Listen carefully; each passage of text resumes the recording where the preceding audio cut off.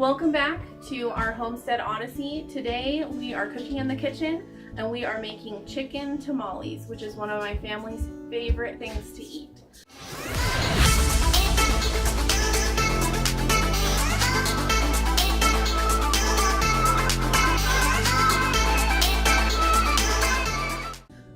A way to make my chicken tamales a lot faster and easier to make, because tamales can be very time consuming, is I start out with canned chicken. This is chicken that I've pressure canned, and some people don't like canned chicken. It can get mushy. When the chicken is pressure canned, it becomes almost kind of a shredded texture, but if you continue mushing it, it will kind of almost turn into a cat food texture. And so I'll show you my trick of how I make it so that my chicken will shred, but it won't turn mushy.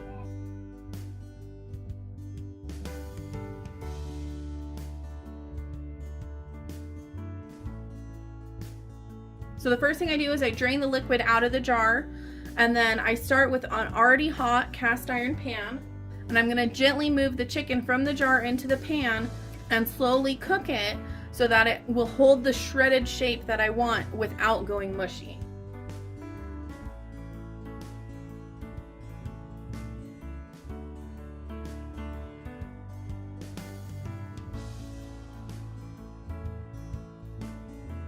So the reason why I'm only doing 2 jars at a time is you don't want to overcrowd the pan.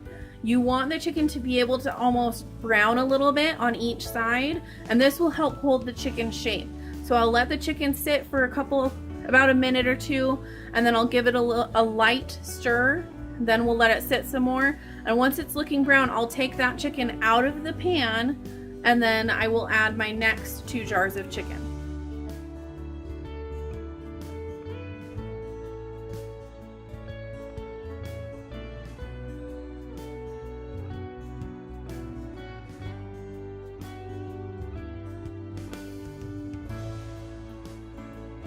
Now the big key to keeping your pressure canned chicken from going into mush is just being really gentle with it with the stirring.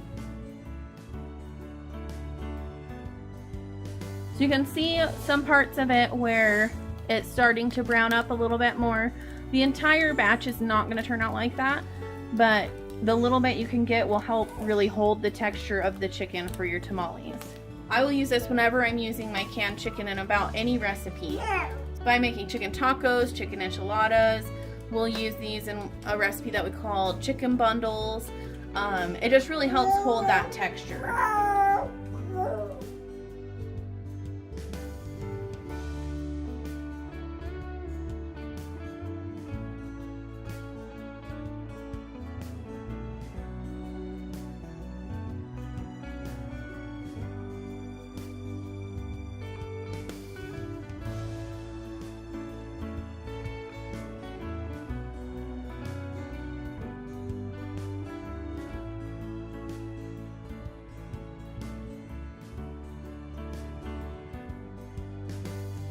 Not browned is on the left, and browned in the cast iron is on the right. Okay, at this point I'm going to add all the chicken back into the pan, and we're going to start adding some of our seasoning and our flavoring. I'm also going to cook it at a very low heat because I don't want to burn the chicken or get it overcooked, but I do want my flavors to be able to mix in. The first 2 things I'm going to add is I'm going to add some of that chicken broth that we held out in the beginning and some salsa verde.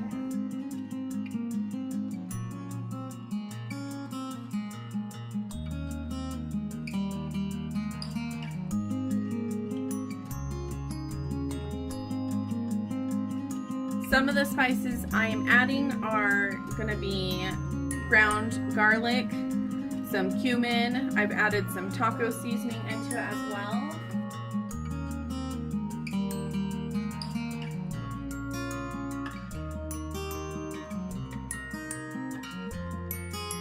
I also add a can of the diced green chilies.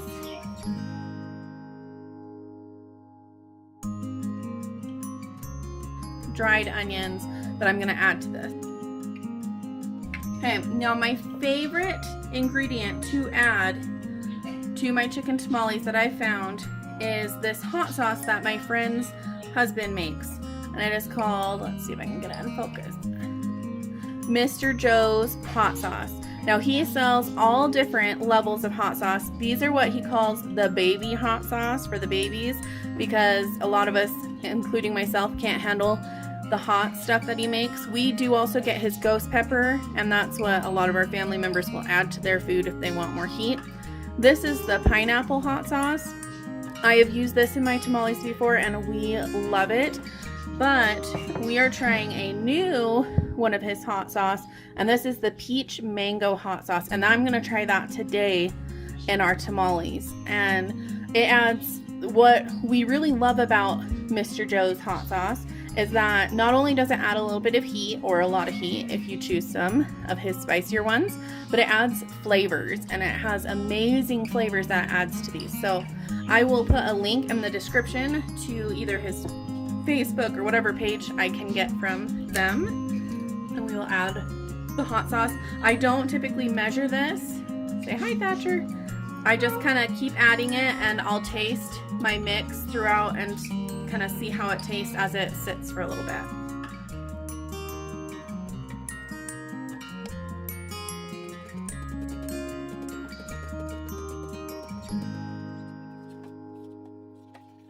This may seem like a really big batch of chicken, and it is. I like to make really big batches of tamales if I'm gonna take the time to make tamales.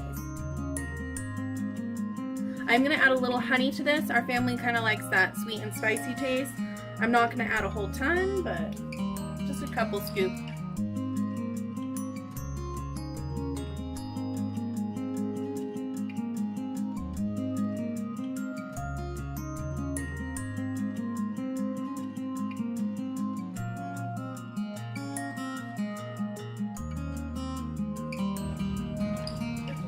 Back hard. You say hi. We got a little helper. Hi. Making food.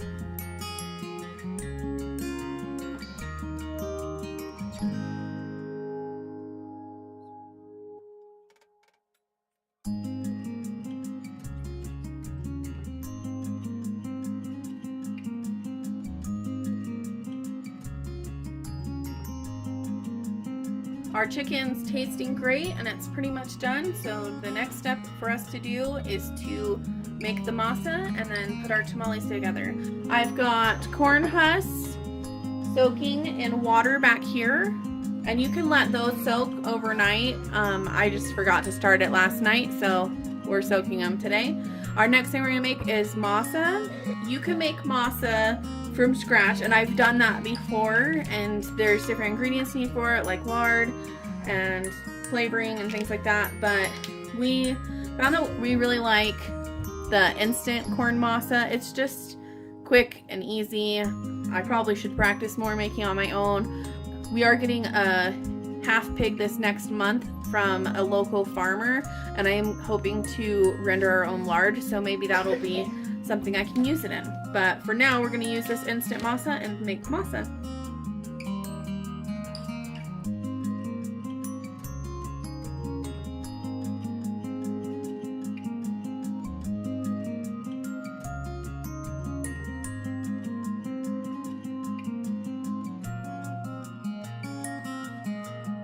Now this instant masa says that it's seasoned, but it's been really bland the last couple times we've tried it. So we found that we like adding salt and garlic powder to our masa.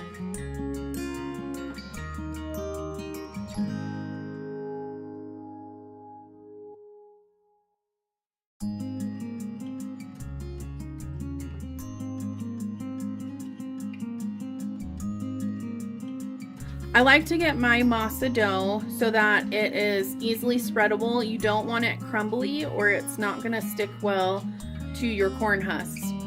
I kind of just add water a little bit at a time till it gets to the texture that I like. I also taste it to make sure if it's got enough flavor in it. And I think I'm about ready to start putting some tamales together. For cooking the tamales, I get my tallest pot that I have, fill it up with water, and then, because I don't have an actual steaming basket, I just have a stainless steel colander that I put in here, and then we're gonna stack our tamales in here so that we can steam them. I go ahead and get this heating up while I'm making the tamales so that it's really ready to go once we have tamales made. So you want to have a clean counter and make sure your hands are clean. Lots of people use spoons or spatulas to spread their masa. I found that it's just easier for me to use my hands. I don't know if that's totally taboo in tamale making world, but it's what works for our family.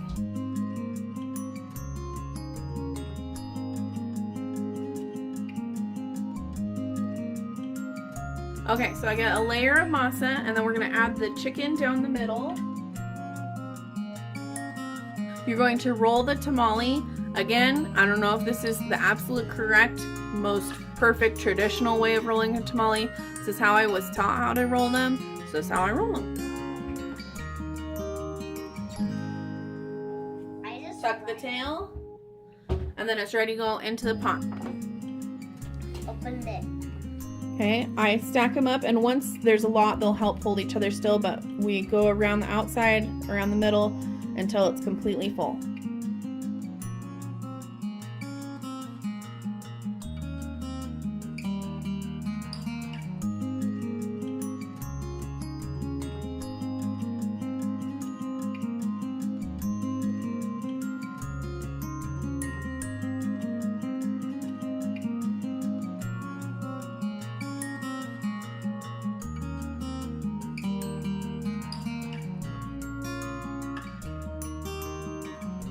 So normally, when I'm making my tamales, I go through and use all the big corn husks first, and then normally you're left with kind of these smaller pieces, because if you've got one that's too big, you kind of rip off a chunk, so that's not a super large one. But I wanted to show you how I use these small pieces so I can still get a tamale.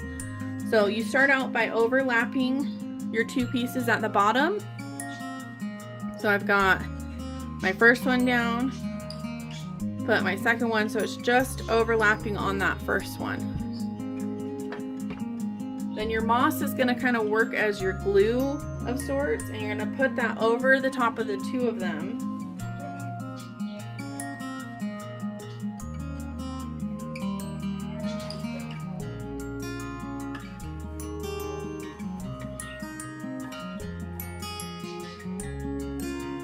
And then you're going to roll, and as you roll, you want to make sure you're grabbing both pieces so they don't come apart.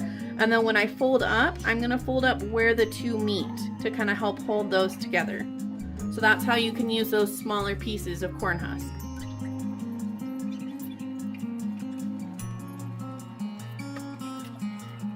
Our pot is full of tamales now. So if you had a proper steaming pot, you'd put the lid on at this point. I don't have one, so I fold a towel over top. You need to make sure that it's not reaching down by the sides because you don't want it to burn. Then you're gonna let these tamales steam for several hours till the dough is kind of, I don't know, it has a cooked look to it. It's kind of puffs up and looks cooked. Normally it's several hours, but you do want to come back and check the water in the pot in the bottom and make sure that you don't run out of water. I've done that a couple times by getting distracted. So if you need to, set a timer to check every 30 minutes to just make sure that you don't run out of water. The tamales have been steaming for about 2 hours. I think typically about an hour and a half, 2 hours what you should kind of range for. I've turned them off. We'll want to let them sit for about half an hour. The dough is no longer sticky. It's a nice kind of soft dough, and you can see where it's kind of poofed up and turned into tamale dough. So we'll let those sit for a little bit, then we'll serve them up and eat them.